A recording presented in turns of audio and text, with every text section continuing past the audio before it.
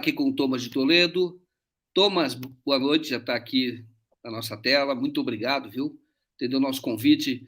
Gosto muito da sua participação para a gente entender o que está ocorrendo lá. Como eu sempre digo, é uma situação bastante complexa e você tem conhecimento. Muito tempo que você participou da juventude do BRICS, inclusive, né? Mas que você estuda, tem uma vivência prática e tem também uma visão acadêmica como professor de relações internacionais, e acabou de voltar dos Estados Unidos, inclusive, onde estava lá como pesquisador convidado, não é isso? A tua função era lá, era essa. Thomas, passo a palavra a você, perguntando uma coisa, por isso que eu hoje acho muito interessante a sua participação, especialmente interessante a sua participação.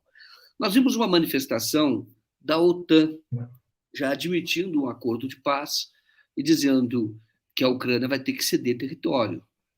Então, mais ou menos aquilo que já se falava antes de começar tudo isso. Fala, olha, Crimeia, reconhecimento da autonomia de Donbás, da região de Donbás, e neutralidade da Ucrânia. Mas eu passo a palavra. Você acha que isso é um blefe? Você acha que isso pode prosperar? E quais as condições para que haja paz e essa guerra terrível termine? Porque o povo ucraniano está sofrendo muito. Bom, boa noite, Joaquim. Consegue me ouvir bem? Te ouço bem. Ótimo. Então é um prazer estar aqui com você, né? Sempre é uma honra.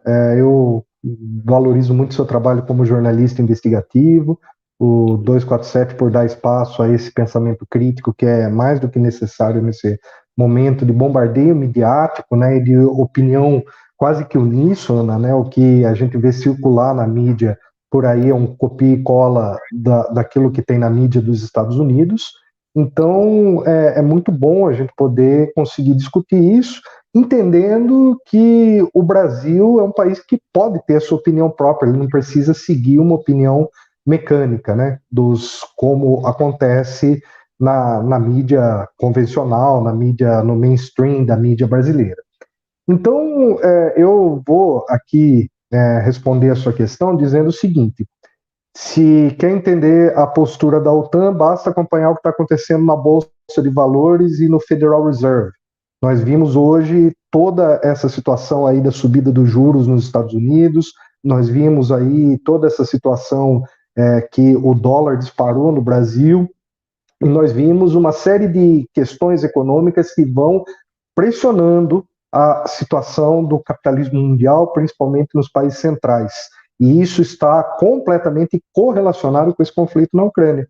E por quê? Porque as sanções impostas para a Rússia, elas começam a ter um efeito bumerangue, porque a Rússia não é qualquer país, a Rússia é um país que exporta commodities muito importantes. E a Ucrânia também exporta grãos, né, dentre os quais o próprio trigo. E a situação econômica atual no mundo, ela fez um efeito que deixou a Rússia extremamente confortável nessa guerra, porque a Rússia é exportadora de petróleo. E a Rússia, essa commodity se valorizou muito, então nós vemos aí o barril cotado a quase 130 dólares, o que é um preço exorbitante. A gente se ele chega a 150 ou chega a 200 dólares, nós podemos ter aí um colapso, muitas coisas, podemos até falar num terceiro choque do petróleo, caso isso venha a ocorrer. Mas a Rússia, ao mesmo tempo que você tem uma valorização do petróleo, você tem uma decisão da Rússia de que o petróleo que ela exporta tem que ser pago em moeda nacional, em rublo. E todos os países que compram petróleo russo precisam agora comprar esse petróleo em rublo. Então, eles precisam necessariamente constituir reservas em rublo. E o que isso resultou? Isso resultou numa maxi-valorização do rublo. Então, se a gente for olhar a curva do rublo, logo nos primeiros dias, as primeiras semanas da guerra, ele despenca.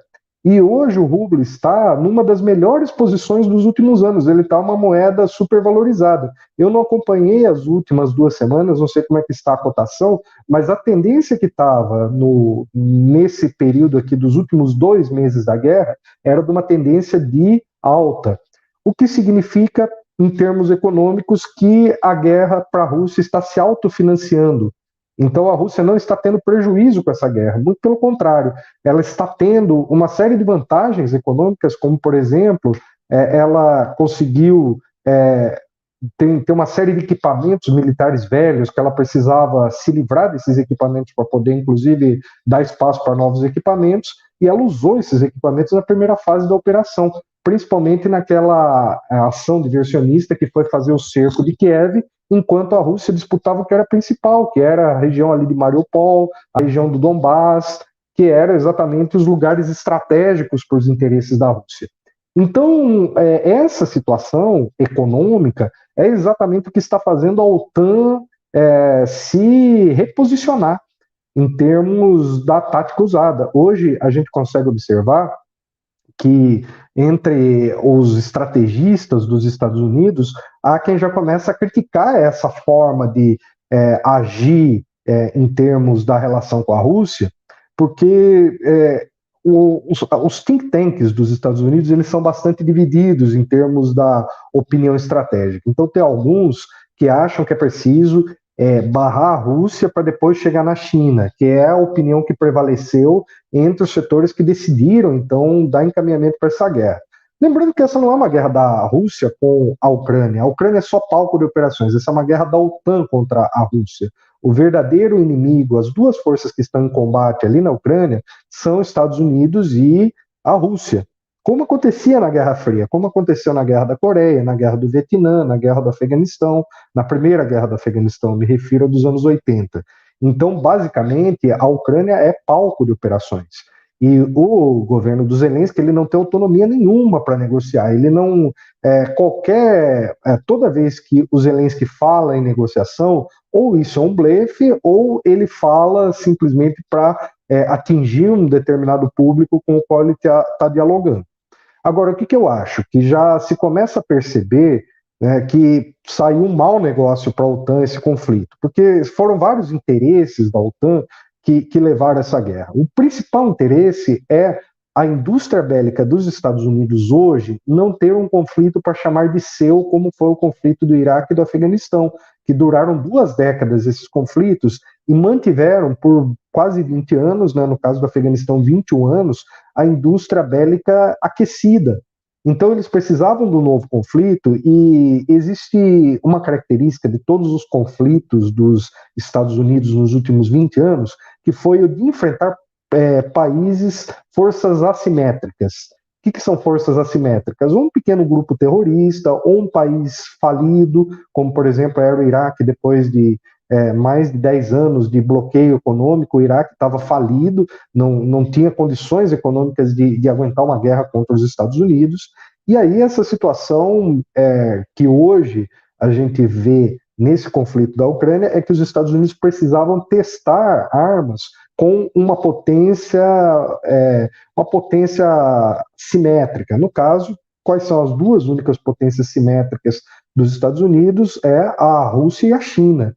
Então, uma série de armamentos a OTAN colocou na mão do exército ucraniano, armamentos bastante avançados, armamentos que deram algum trabalho para a Rússia, mas isso também interessa para a Rússia, porque a Rússia precisa saber quais são as tecnologias que estão na ponta. Então, de certo modo, esse conflito, o que eu acho por um lado, a indústria bélica dos Estados Unidos quer prolongar esse conflito ad eterno, não há interesse da indústria bélica em parar esse conflito, e para a Rússia, esse conflito só vai finalizar assim que a Rússia conseguir concluir os seus objetivos, exceto se nos bastidores ocorrer alguma questão muito vantajosa, que aí a gente não tem como dizer o que é, porque toda guerra você tem coisas de bastidores que a gente só consegue descobrir depois de 20, 30 anos, quando consegue.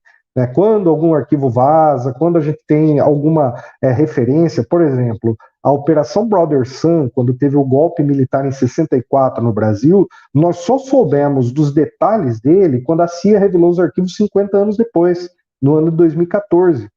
Antes disso, a gente apenas especulava certas coisas. Claro que a gente especulava com base na realidade, mas a gente só vai saber desses acordos de bastidores no momento em que eles forem revelados. Entendi.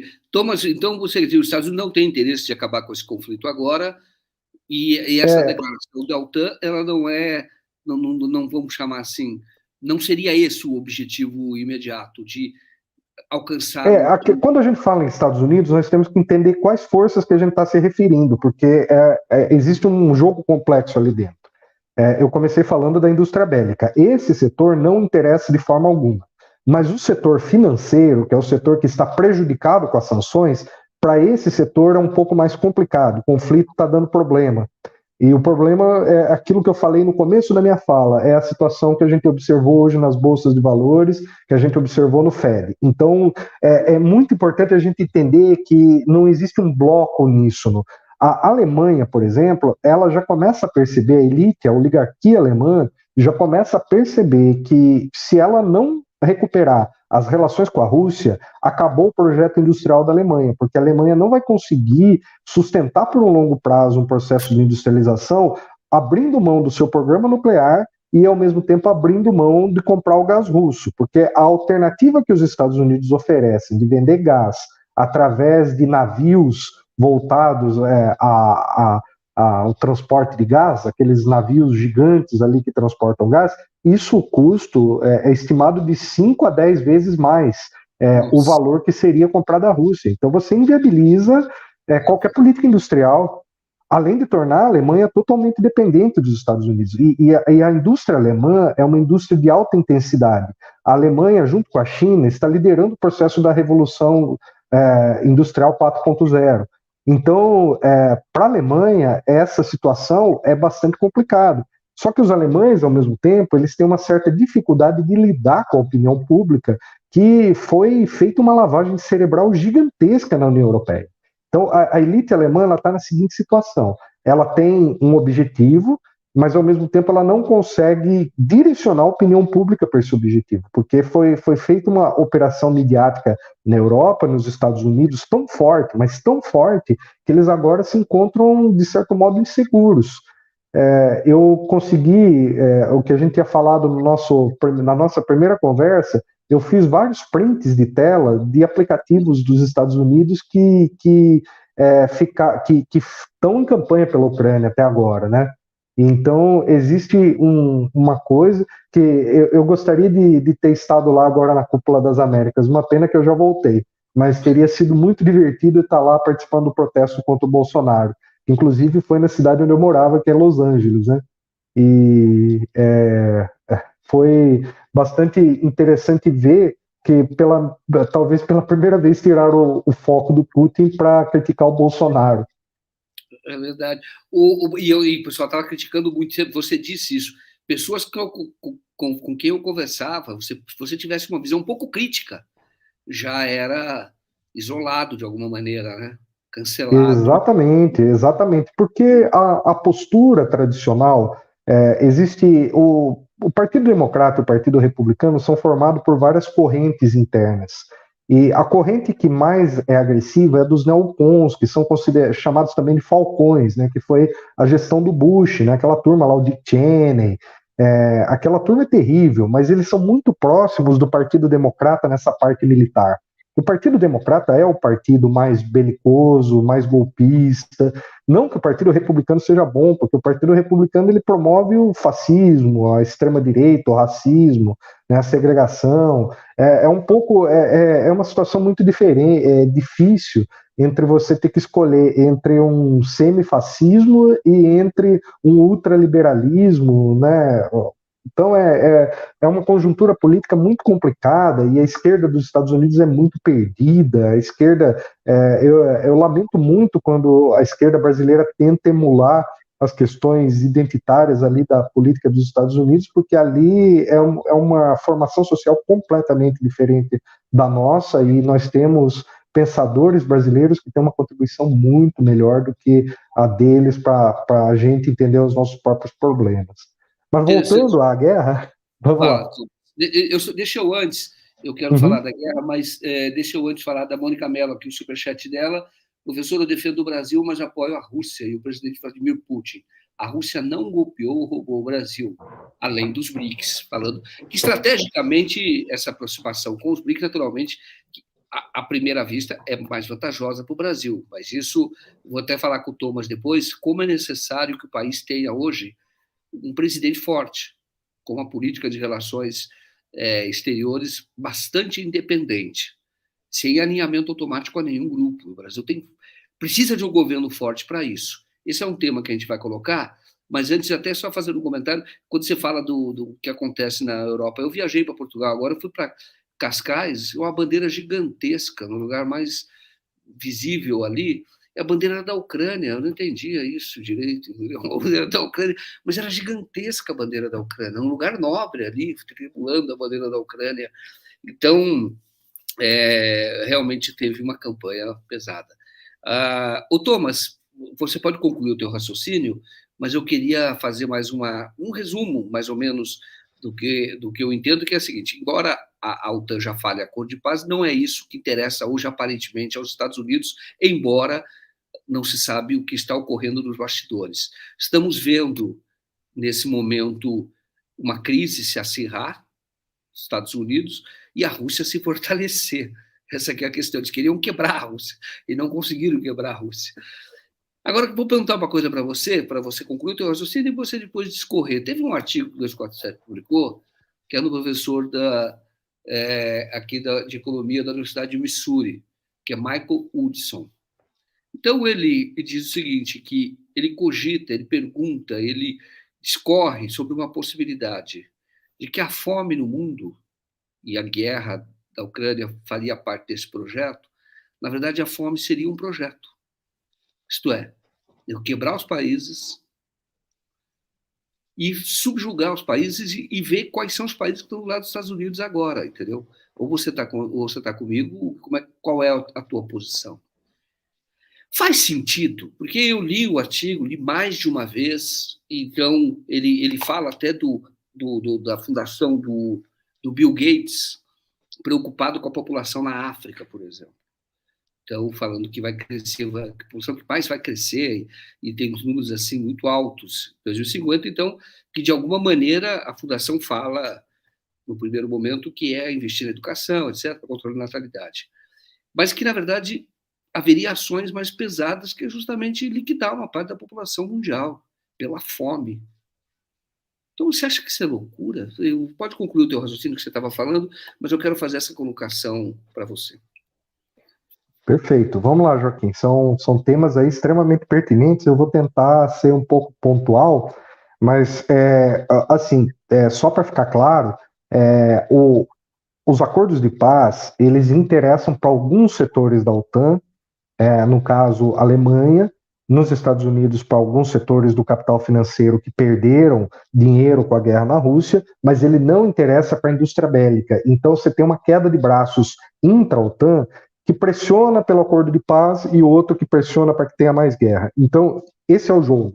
E é um jogo ali que na hora das negociações, as vontades, os desejos acabam prevalecendo daquele que consegue se impor. E eu acho que é muito difícil o setor bélico dos Estados Unidos retroceder na força que ele tem, desde a época do Eisenhower, né? Quando o Eisenhower deixou a presidência, ele fez um discurso sombrio, dizendo que o complexo militar industrial dos Estados Unidos estava prestes a assumir o controle quase que total do país. Então, esse discurso ele fez na década de 50, década de 40, ali, né, no finzinho ali comecinho da Guerra Fria. Né? Então, é uma situação que deixou ele extremamente preocupante e que hoje a gente vê a consequência de tudo isso.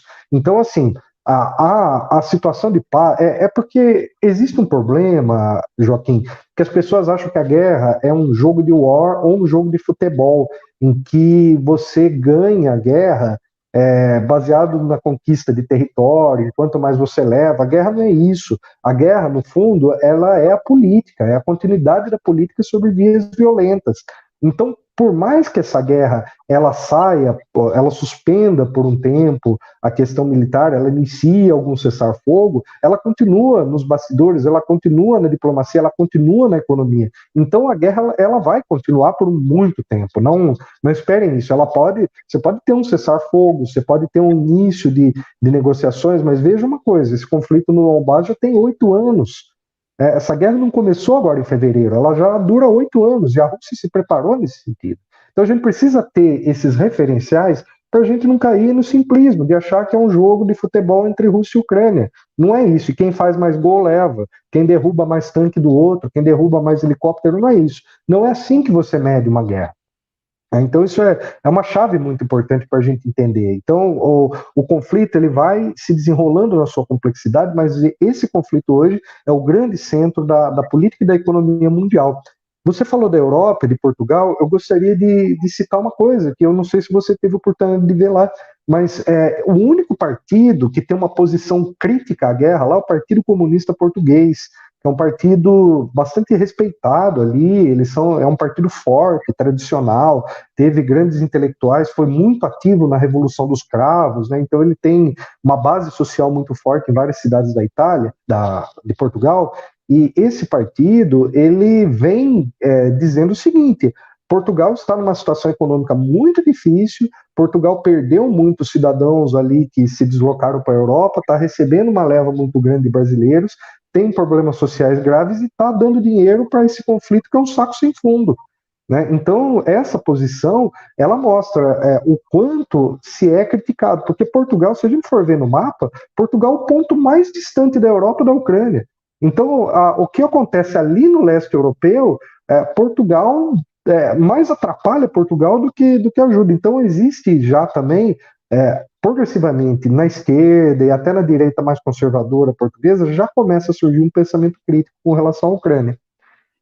Vale destacar uma outra coisa também, né, que a Rússia agora nacionalizou toda a rede McDonald's. E não só a rede McDonald's, mas todas as empresas que foram obrigadas a aderir às sanções se retiraram da Rússia. O que a Rússia fez? Aproveitou toda a infraestrutura instalada e transformou em empresas russas. E para a Rússia isso foi um negócio. Imagina só que situação se o Brasil de repente estatizasse a Volkswagen, nacionalizasse, não vou nem dizer estatizar, mas nacionalizasse a Volkswagen, a Ford, todas essas companhias, todas as indústrias estrangeiras que estão aqui por causa de uma sanção. Claro que para o Brasil fazer isso teria que ter as bombas atômicas que a Rússia tem, mas a Rússia conseguiu nacionalizar todo mundo. Tá bom, vocês querem entrar para sanções? Então vocês vão sair da Rússia, só que vocês vão deixar tudo que vocês deixaram aqui. E a Rússia fez como se ela iniciasse uma substituição de importações numa escala gigantesca. É uma coisa... assim, foi uma jogada para a Rússia, essa guerra está compensando. Ela uniu a sociedade russa, né, que o Putin tem mais de 85% de aprovação com relação a essa operação. Então, você tem ali uma situação muito mais coesa, porque o Partido Comunista, que é o principal partido de oposição ao Putin, está pedindo essa guerra desde 2014.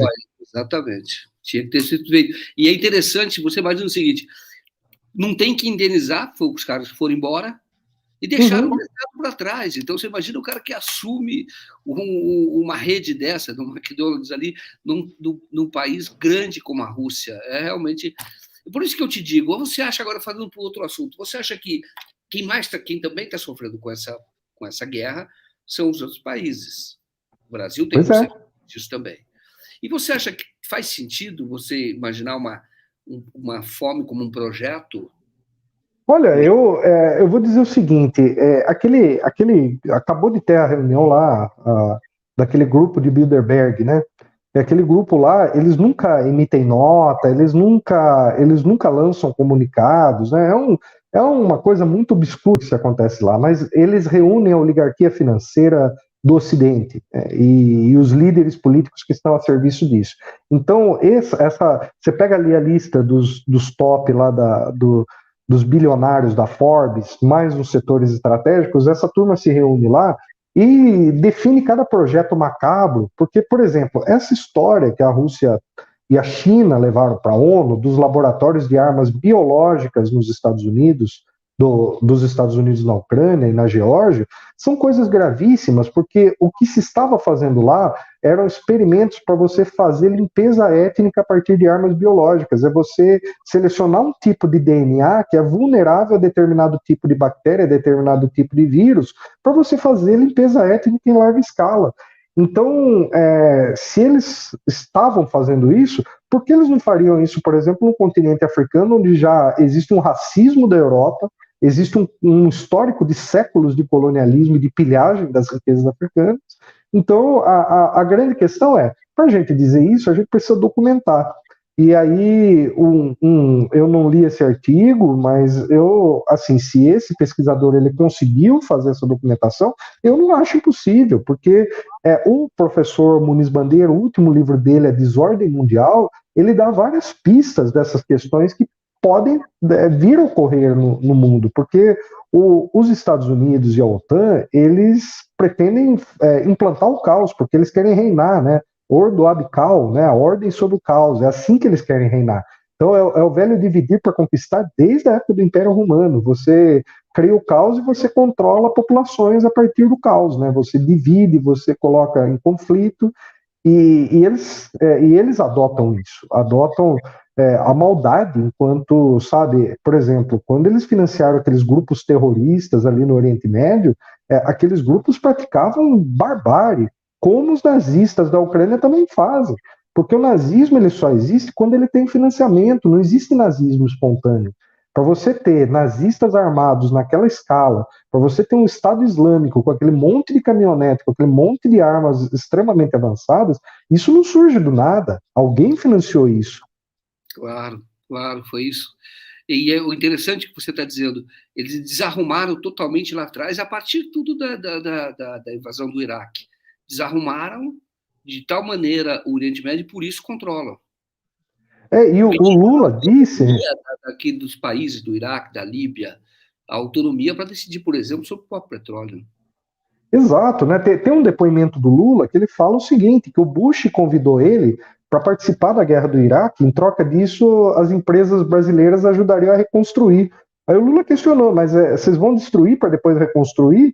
E o Bush falou isso com uma naturalidade e deixou, de certo modo, o Lula chocado. Mas é que o Lula tem um senso de humanidade que esses políticos dos Estados Unidos realmente não têm, porque é exatamente o que eles fazem. Eles não estão nem aí por ser humano. Não existe qualquer sentimento humano. Eles mobilizam o sentimento humano quando convém a eles. Como, por exemplo, na guerra da Ucrânia agora, compensa você criar uma imagem negativa da Rússia, do Putin, e você criar a situação em que o povo ucraniano é vítima. Claro que o povo ucraniano é vítima.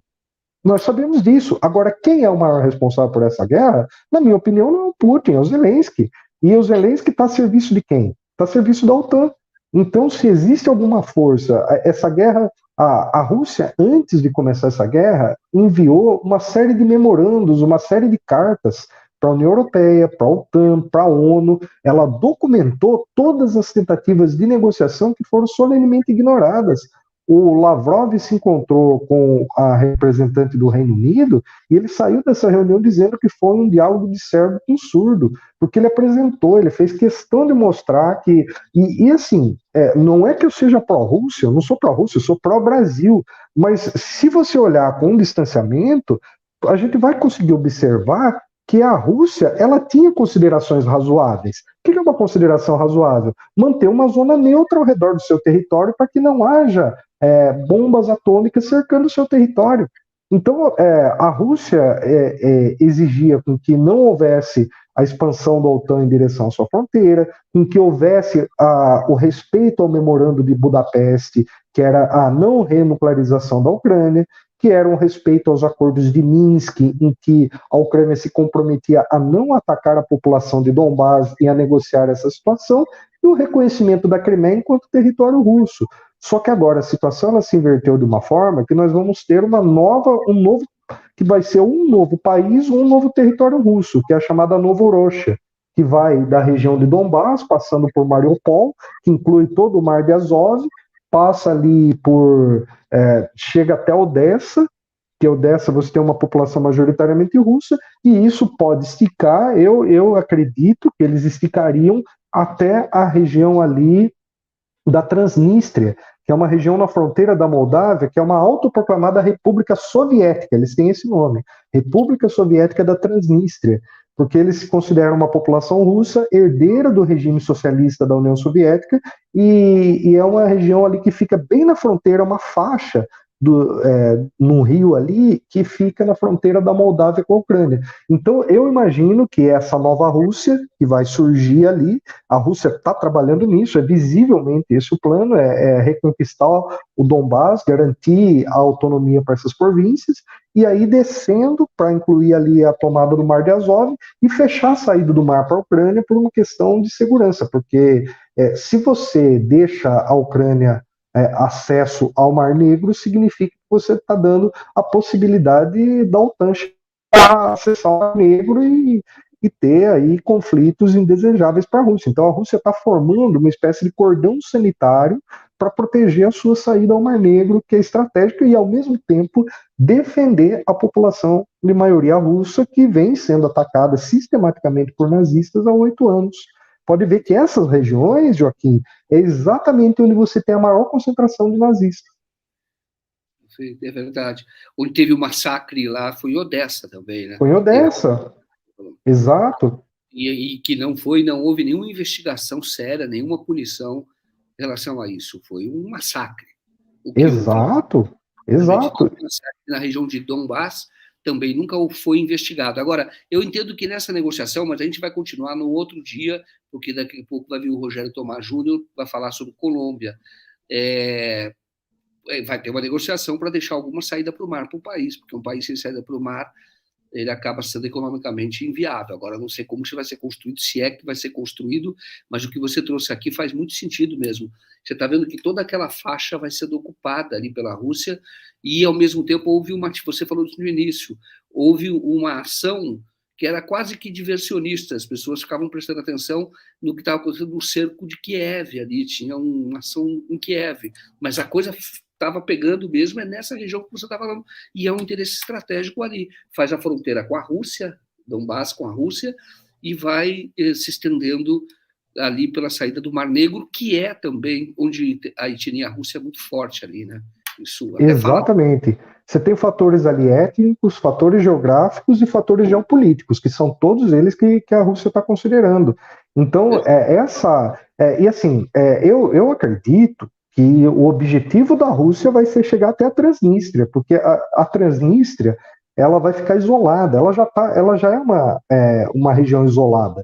Então, se a Rússia constrói essa nova Rússia saindo ali do Donbás, fazendo toda aquela curva, porque o Mar de Azov praticamente vai ficar um mar russo, porque para a Rússia é uma proteção para a Crimeia ali, aquela região. Porque a Rússia só estava acessando a Crimeia entre 2014, porque vamos lembrar o seguinte, com o fim da União Soviética, a relação da Ucrânia com a Rússia não era uma relação ruim. Então a Rússia acessava a Crimeia por terra sem ter dificuldades. Com o golpe de 2014 e a reanexação russa da Crimeia, a Rússia só estava acessando a Crimeia por mar. Então, por terra, ficou inviável. Agora a Rússia faz um corredor para acessar ali e já estica um pouquinho para Odessa, porque Odessa você tem uma população majoritariamente russa. E aí, se você já está em Odessa, falta só um pedacinho para você pegar ali e fechar a saída do mar para a Ucrânia. E aí vai se inverter. Se antes era a Rússia que tinha que pedir para a Ucrânia autorização para acesso ao mar, agora vai ser a Ucrânia que vai ter que pedir autorização para a Rússia. Muito bom. Thomas, vamos continuar isso. Eu quero só para você encerrar rapidamente, antes agradecer muito a Andresa Santos, que se tornou patrocinadora, se inscreveu aqui como membro do nosso canal, ou membra no Neologismo, como membro aqui do nosso canal, muitíssimo obrigado. Também o Cláudiozinho, 13, também um novo membro. Olha, fico muito feliz quando vocês se tornam patrocinadores, porque é o que garante a continuidade do nosso trabalho aqui, de todo esse projeto jornalístico que é feito pelo 247. Rapidamente, Thomas, porque eu não quero atrasar com o Rogério, que vai falar da Colômbia. Rapidamente, eu gostaria de perguntar para você por que é que hoje, mais do que nunca, é importante ter um governo forte como o do Lula. Olha, isso pode mudar e que isso pode trazer de benefícios ao Brasil nesse conflito todo que está ocorrendo no mundo? Eu acho que não é só para o Brasil. Uma liderança forte como Lula seria importante para o mundo. Seria importante hoje para poder. O Lula seria uma pessoa que teria uma autoridade moral para conseguir convocar uma reunião de paz, porque o Brasil é um país que tem interesse em se relacionar com ambos os players. O Brasil não tem, por mais que a gente seja crítico aos Estados Unidos e à Europa, o Brasil não tem por que ter problemas com esses países. E, da mesma forma, o Brasil tem um respeito muito grande pela Rússia. A Rússia é um país que reconheceu a soberania brasileira sobre a Amazônia e que disse que apoiaria o pleito brasileiro como membro do Conselho de Segurança da ONU. Então, uma pessoa com visão estratégica e geopolítica se colocaria como uma pessoa muito importante aí no jogo internacional, né? Então, a gente precisa de líderes fortes. O Brasil tem uma tradição de líderes fortes, tanto na esquerda quanto na direita. Nós tivemos pessoas importantes, nós tivemos Getúlio Vargas, que foi um grande estadista, nós tivemos Juscelino Kubitschek, que rompeu com a FMI, nós tivemos João Goulart, até o Jânio Quadros, que tinha umas maluquices, ele teve uma política externa independente, que projetou o Brasil no mundo, e o próprio Ernesto Geisel, que por mais que ele fosse do regime militar, ele foi alguém que pensou estrategicamente. Então, finalizando, Joaquim, inclusive porque eu quero ver o que o meu xará vai falar sobre a Colômbia, porque é uma coisa muito importante, eu gostaria de convidar as pessoas para seguir o meu canal, né, Professor Thomas de Toledo. Amanhã eu faço uma análise sobre a situação da América Latina, amanhã às 9 da manhã, vocês podem acompanhar. Vai sair amanhã de manhã sobre a questão aí da conjuntura da América Latina, e o meu canal também de História e de Arqueologia, que é o Farol de Alexandria. E eu espero estar em breve aqui com vocês, Joaquim, e gostaria muito de ver aqui o Tomás falar sobre a Colômbia, porque é muito importante derrotar a extrema-direita lá também. Perfeito, eu coloquei aqui o Farol de Alexandria, só escrevi que está aqui, que são os canais do Thomas de Toledo. Eu recomendo que vocês se inscrevam e acompanhem o canal, que tem informação de muita qualidade, também pelas páginas dele no Facebook, que são também com bastante conteúdo, bem densas. Acho muito importante. Muito obrigado, Thomas. Eu vou colocar o Rogério aqui. Você volta daqui 15 dias, né? Porque eu vou te convidar daqui a 15 dias, mais Combinado. ou menos. Tá bom? Um abraço para você e até mais. Até mais. Tchau. Bom, temos aqui o Thomas de Toledo. Agora deixa eu falar com o Rogério Tomás Júnior. Rogério Tomás Júnior, jornalista, conhece muito a América Latina. Muitíssimo obrigado por estar aqui conosco. O Rogério, eu até brinquei quando comecei, eu falei, o PT está falando de se aproximar também de sertanejos, eu falei, podia fazer uma dupla, Thomas e Tomás, já começa aqui, entendeu? Já faz uma dupla. Um dia eu vou participar, os dois vão participar juntos aqui. Mas, Rogério, deixa eu te falar o seguinte, passar a palavra para a sua saudação inicial e dizer o seguinte, parece que a eleição na Colômbia está muito difícil, né? Qual é a situação hoje do segundo turno, pesquisas, e a eleição acho que é domingo agora, né? E daqui a pouco nós vamos ver um vídeo bastante interessante para saber como é que ali, na verdade, é um vídeo de campanha, está mostrando o Bolsonaro deles lá, mas nós vamos mostrar isso. Rogério, passo a palavra a você, então. Obrigado mais uma vez. Joaquim, prazer revê-lo. Não sei se está me ouvindo bem aí. Um abraço a todo mundo que está acompanhando a gente. Fazia tempo que eu não aparecia aqui, então é um prazer enorme estar de volta. A Colômbia está numa situação muito inusitada por vários fatores. Vou falar rapidamente aqui. Pela primeira vez na história de um país que foi um dos primeiros a se tornar independente na América do Sul, isso lá em 1810, pela primeira vez vai poder eleger um presidente de esquerda autêntica. Um país que, durante mais de 2 séculos, basicamente viveu um regime bipartidário. Nos últimos 30 anos, algumas forças novas da direita e dos liberais, que em algum momento são progressistas, outros são liberais mesmo, de centro, mas pela primeira vez a Colômbia vai poder eleger um presidente de esquerda. Só que, mais do que difíceis, as eleições nesse país, que vão acontecer agora no domingo, o segundo turno, né? O primeiro turno aconteceu em 28 de maio, elas estão completamente imprevisíveis, né? Está rigorosamente empatado o cenário, nas últimas pesquisas que foram divulgadas, a Colômbia, a legislação eleitoral da Colômbia só permite divulgação até 8 dias antes da eleição, tanto no primeiro quanto no segundo turno. Ou seja, no dia 11 de junho foi que foram divulgadas as últimas pesquisas. A vantagem é muito pequena para o Gustavo Petro, e tem um número muito grande de indecisos. Então, não vou falar números aqui, são muitas pesquisas. Na média das pesquisas, o Petro está mais ou menos entre 0,3% e 0,8% à frente do Rodolfo Hernandes, que é o Bolsonaro colombiano, como você comentou aí, já a gente pode detalhar mais, mas é isso, para terminar essa primeira fala, completamente imprevisível o cenário, eu mesmo não aposto em ninguém, tem muitos elementos, muitas variáveis que vão poder se consolidar como decisivas nesses últimos dias de campanha, que vai ser uma campanha meio às cegas, já que não pode haver divulgação de pesquisas. Mas, em linhas gerais, é isso, Joaquim. Ótimo. Deixa eu colocar aqui esse vídeo que está circulando, o vídeo de campanha. Não vai ter mais pesquisa, portanto, né? Agora, o que era... Agora, o próximo resultado é o resultado eleitoral. Mas veja aqui, aqui o vídeo está circulando que mostra quem é Rodolfo Hernandes, não é isso?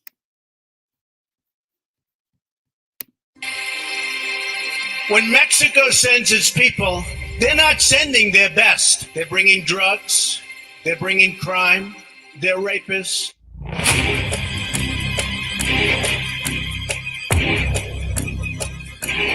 Dinheiro pro governo, tá vendo? Olha, jamais isso pra você que você não merece.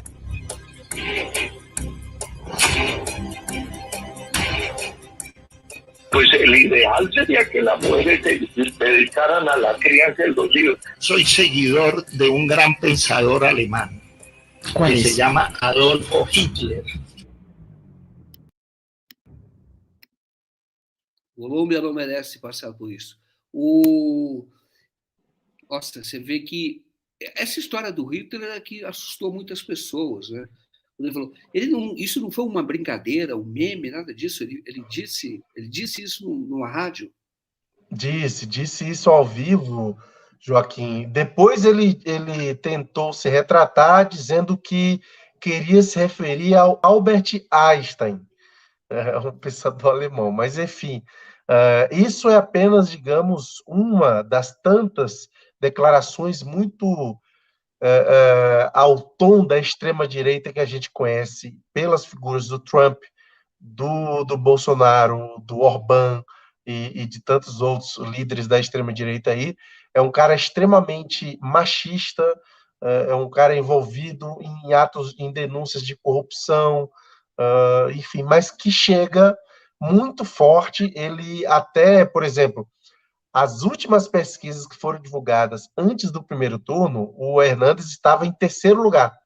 E ele acabou ultrapassando nesse período em que a campanha ficou às cegas, né, sem pesquisa oficial para ser divulgada, ele cresceu muito na reta final e acabou ultrapassando o Federico Gutiérrez, que era o cara tradicional da direita, uribista, né, ligado ao ex-presidente Álvaro Uribe.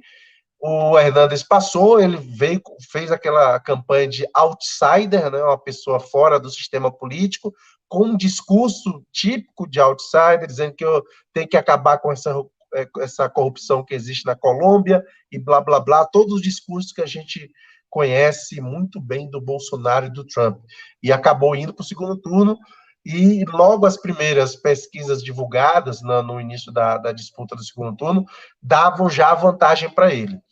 Com o tempo, a campanha do Gustavo Petro conseguiu se recuperar um pouco, e aí hoje estão mais ou menos aí empatados, não dá para dizer quem vai chegar na frente. Mas o Rodolfo Hernandes é isso, é um outsider, entre aspas, que teve cargo político no estado dele, em Boyacá, foi prefeito lá em Boyacá, uma cidade da região ocidental da Colômbia.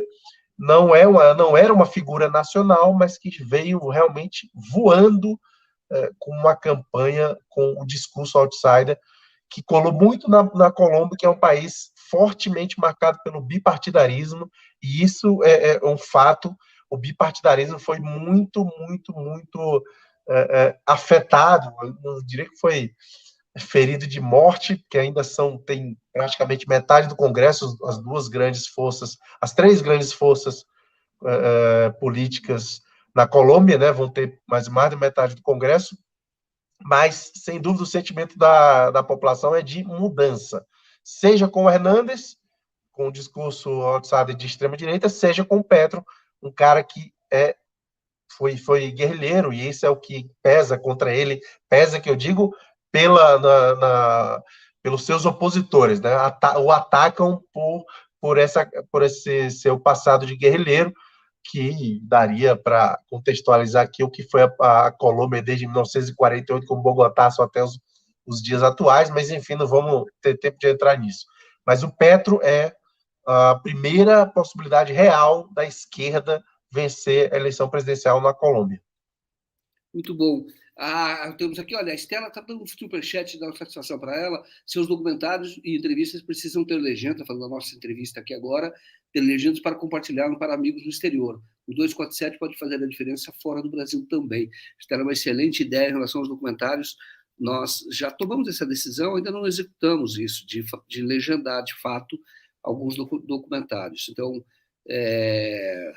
que você sabe que você acaba faz um trabalho, depois é pressionado para fazer outro trabalho, mas, de qualquer forma, essa ideia ela já está aprovada aqui para nós fazermos, precisamos colocar em execução, mas muito obrigado pela lembrança. A entrevista, eu não sei se é possível, talvez algumas entrevistas sim, tá? Inclusive porque eu quero fazer, eu fiz uma com o Adriano Diogo, mas eu quero fazer com várias entrevistas, às vezes o conteúdo é muito bom, separar as entrevistas, fazer um vídeo à parte, é o que nós vamos fazer, que também essa decisão também já está aprovada.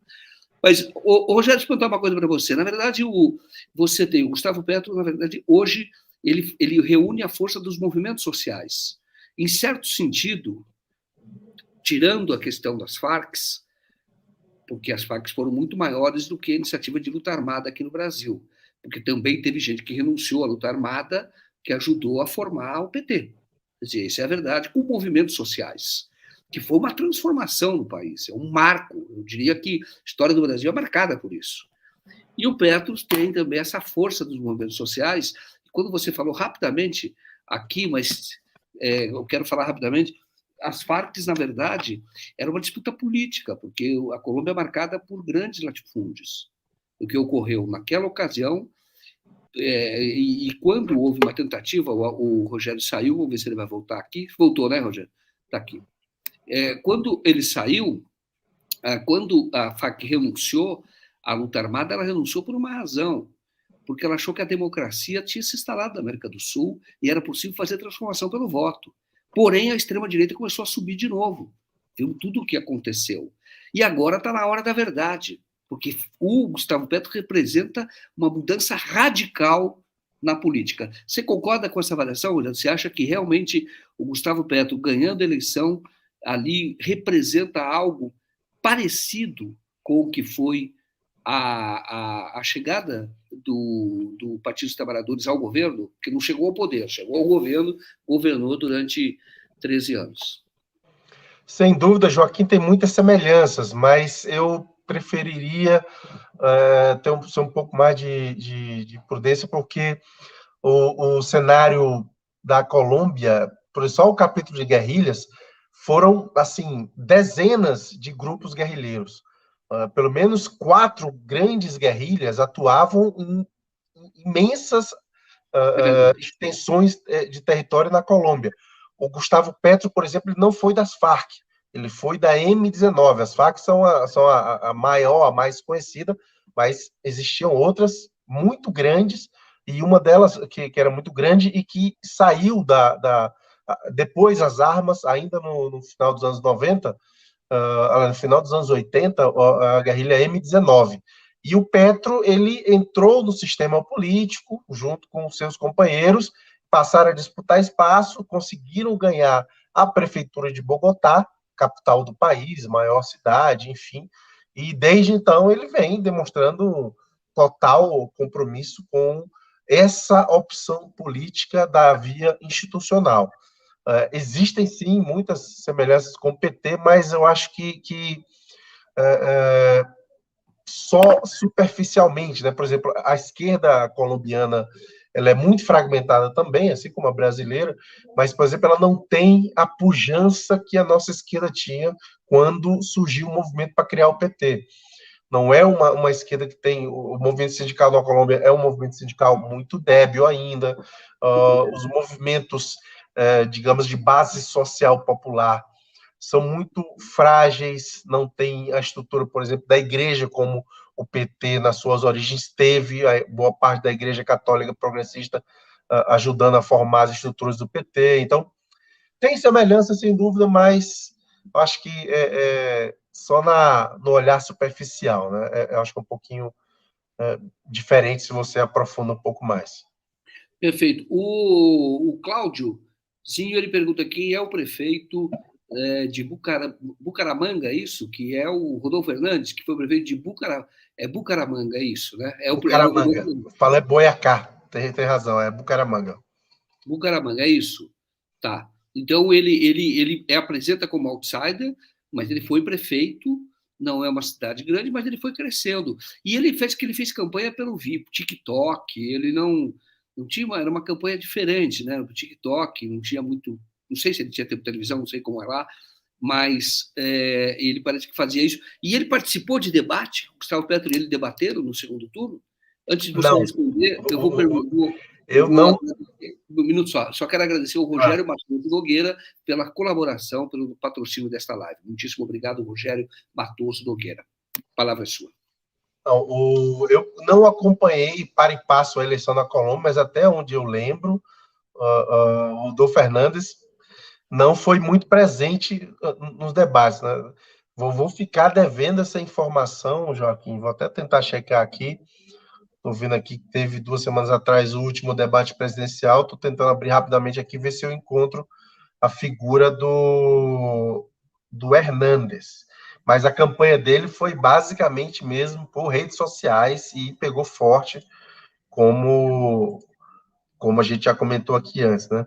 Estou vendo aqui o debate que foi promovido pelo Grupo Prisa, que é o grupo do El País. Por enquanto, não estou vendo ele aqui. Mas vou ficar devendo isso mesmo. Tá, porque eu não ouvi. A participação dele. Eu não vi notícia sobre isso, os dois, foto dele no debate, não ouvi, e sei que ele fez por rede social, como você falou, e aí fica uma questão que eu vou perguntar para você. Qual o cérebro que está por trás disso? Isto é, esse povo usa bem a rede social, distorce, mentira, mas desde o Trump nós vemos isso e vimos isso com o Bolsonaro também, estamos vendo com o Bolsonaro, e parece que lá usaram muito o TikTok, foi uma coisa, não sei se foi diferente, porque eu não acompanhei, mas eu soube que ele fez uma rede social, de fato, foi muito forte lá. E deve ter uma estrutura, eu diria, um orientador para tentar, e eu acho que isso vai ocorrer também no Brasil, para tentar alcançar o eleitor através de uma maneira eficiente, diga-se de passagem, às vezes criminosa, e precisa ser punido, mas que chega ao eleitor, movimenta o eleitor. Mas antes de eu devolver a palavra para você, Rogério Matoso Nogueira, muitos amigos russos questionam na entrevista não terem legenda. Tá certo, Rogério? Eu acho que a gente teria que chegar mais longe, sim, tá? Agora, é como operacionalizar isso, como fazer essas legendas, elas não são automáticas, isso teria que ter toda uma estrutura para isso, né? Nos documentários a gente pretende fazer. O Olavo Lins, parabéns, Joaquim, você nos enche de orgulho, muitíssimo obrigado. 247 rumo a 1 milhão de inscritos. Temos aqui também o Rogério fazendo uma pergunta para você. Rogério para Rogério, seu xará aí. Petro corre risco de vida sendo eleito? Porque lá a gente sabe da violência lá e das milícias, né? E dos massacres que ocorrem lá frequentemente, como a gente lê na imprensa. A palavra é sua. Voltando aqui, nesse último debate, no grande debate que teve antes do primeiro turno, o Hernández não participou. Participou os outros 3 candidatos, o Petro, o Fajardo e o terceiro, que me foge o nome agora, deixa eu pegar aqui, é o Fajardo, enfim, me foge o nome agora, o Federico Gutiérrez, o Fajardo e o e o Petro participaram, não apareceu o Hernandes, não sei dizer o motivo.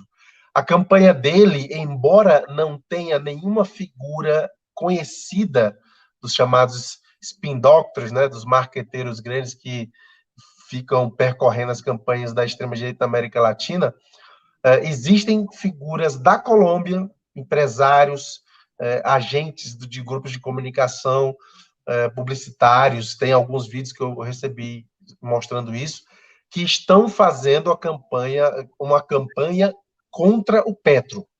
Independentemente de estarem vinculados oficialmente, eles estão fazendo campanha contra o Petro para tentar convencer a população de que o Petro não é uma opção aceitável. Então, tem muita gente com muito dinheiro, sim, na Colômbia por trás da campanha do Rodolfo Hernandes, ainda que não vinculada de forma oficial, como aconteceu no Brasil. A gente sabe muito bem, até a Folha de São Paulo denunciou isso na reta final, né? O Caixa 2 empresarial para mover a indústria de fake news do bolsonarismo. E sobre a pergunta do Xará, olha, sem dúvida corre, tanto que durante o primeiro turno já, em vários momentos, ele suspendeu a campanha por conta de possíveis atentados a ele e ao seu staff, a sua vice, a Francia Marques, que é um símbolo ainda maior dos movimentos sociais, é uma mulher negra, ativista de direitos humanos, ativista dos povos negros, da luta antirracista na Colômbia, que é de uma região muito pobre, ela, da região do Pacífico colombiano. A Francia Marques foi muitíssimo ameaçada durante a campanha, e eles suspenderam em vários momentos para evitar, né, atividades da campanha, para evitar o risco de um atentado. Ao longo dos últimos 30 anos, muitíssimos políticos colombianos, inclusive vários candidatos a presidente, foram assassinados. E eu agora, falando dos últimos 30, 40 anos, eu estou em dúvida, mas eu tenho quase certeza que teve pelo menos um presidente, se não foi assassinado, foi vítima de atentado, dos paramilitares ligados ao narcotráfico, enfim, naquele período lá do Pablo Escobar. Exatamente. Teve um candidato, eu acho que era um candidato a presidente, Galán, assassinado. Né? Acho que foi o Galán. O Galán foi assassinado, liderava as pesquisas, que não é nenhuma novidade. Em 1948, mencionei rapidamente aqui, é um episódio histórico que marca profundamente a história da Colômbia, história política. Até hoje aconteceu o Bogotá, em que o líder das pesquisas era um cara de esquerda, era do Partido Liberal, mas profundamente ligado aos movimentos populares da Colômbia naquele momento, o Eliezer Gaitán. Ele foi assassinado, e aí desatou a partir disso movimentos de guerrilha, enfim, foi todo um caos que até hoje ainda tem estilhaços por conta desse assassinato do Jorge Eliezer Gaitán, inclusive num episódio em que foi testemunhado praticamente ao vivo pelo Fidel Castro, como um jovem estudante de direito, estava participando de um encontro em Bogotá e estava a 2 quadras de onde aconteceu o atentado que matou o Eliezer Gaitán, lá em 1948. Rogério, você volta aqui na segunda-feira que vem para falarmos do resultado da eleição da Colômbia? Acho que sim, acho que podemos sim, segunda-feira. Vamos ver, tomara vibrar assim, o Petro ganhar, bota até minha camisa da seleção da Colômbia. Que bom, que eu acho que você tem uma grande coleção de camisas, é verdade. O Rogério Matoso Nogueira, lembra aqui o nome do candidato, né, o Sérgio Fajardo, é isso. Né? Rogério, muitíssimo obrigado. Segunda-feira estará aqui de novo conosco e é um momento decisivo. Lá na Colômbia, importantíssimo, vamos todos acompanhar, não podemos votar, mas vamos todos acompanhar e fazer análise do resultado da eleição, o que é que vai acontecer a partir da eleição no próximo domingo na Colômbia, que vai ter reflexo, sim, viu? Muito importante em toda a América Latina. Rogério, sua despedida final e, mais uma vez, muito obrigado. Um grande abraço, Joaquim, e 2 registros muito rápidos. Vale, quem for interessado por América Latina, procure o discurso do presidente da Argentina, Alberto Fernandes, na Cúpula das Américas. É só colocar Cumbre de las Américas, para aparecer mais fácil o discurso completo dele. Foi um petardo contra a política intervencionista dos Estados Unidos e da OEA, E fiquem de olho, daqui a 20 e poucos dias, o Chile vai entregar a sua Constituição, a sua nova Constituição, que vai ser submetida a um plebiscito no dia 4 de setembro. Então, fiquem atentos aí, teremos novidades nesse continente super convulsionado que é a América Latina. Um grande abraço, Joaquim, a gente se vê semana que vem, estamos sempre à disposição. Legal, eu falei, fiz uma redundância, despedida no final, não é uma despedida e é para breve, é para um encontro breve. Daqui segunda-feira estaremos aqui e o Rogério vai vir mais vezes aqui para falarmos sobretudo da América do Sul, mas falamos de América Latina, mas muito da América do Sul, que é um assunto que ele conhece bem. Rogério, muito obrigado, viu? Um abraço. Grande abraço, Joaquim, boa noite a todo mundo. Boa noite a todo mundo, um abraço para todos vocês, um bom final de noite. Até mais.